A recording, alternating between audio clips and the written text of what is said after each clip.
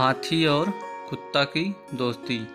एक बार की बात है, एक छोटे से गांव में एक हाथी रहता था। हाथी बहुत बड़ा और घने जंगल में रहने वाला था। वह किसी से नहीं डरता था और लोगों को अपनी शक्ति का एहसास कराना पसंद करता था। एक दिन गांव में एक कुत्ता भी था। वह कुत्ता छोटा और काफ़ी होशियार था।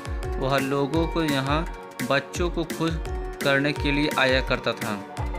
हाथी और कुत्ता एक दूसरे को पहले नहीं जानते थे, लेकिन एक दिन मिल गए। वे दोस्ती करने लगे और अच्छी तरह से बातचीत करने लगे। हाथी ने कहा, मुझे बहुत खुशी हुई कि मैं तुम्हें मिला। मैं शायद दुनिया का सबसे बड़ा और ताकतवर जानवर हूँ। कुत्ता समझता था कि हाथी थोड़ा बड़ा और घमंडी है, इसलिए उसने कहा, हाथी, मुझे मालूम है कि तुम बहुत बड़े हो, लेकिन फिर भी इंसान तुम्हें धकेल कर मार सकता है और मुझे तो बहुत छोटा और दुर्बल होने की वजह से सब कुछ बचाना होता है।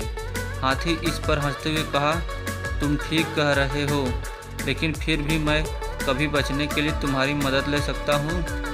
मैं तुम्हें अपनी शक्ति और ताकत से बनाया गया हूँ। कुत्ता गंभीर रूप से बोला, मैं जानता हूँ कि तुम कितने शक्तिशाली हो, लेकिन प्रेम और सहायता देने की क्षमता मेरे पास है।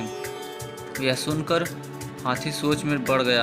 वह समझ गया कि शक्ति और ताकत के बावजूद प्रेम और मदद कुछ भी नहीं होते हैं। हाथी ने खुद को आजमा कर देखने का फैसला किया और वह बच्चों के संगीतन में से एक साझा करने के लिए खुद को मंडराने लगा। यह देखकर कुत्ता बहुत खुश हुआ और उसने कहा, हाथी, तुमने सबके दिल जीत लिए हैं। तुम्हारी हमारे गांव में बहुत ज़रूरत थी, जहां हमेशा खुशी और प्रेम की कमी महसूस होती थी।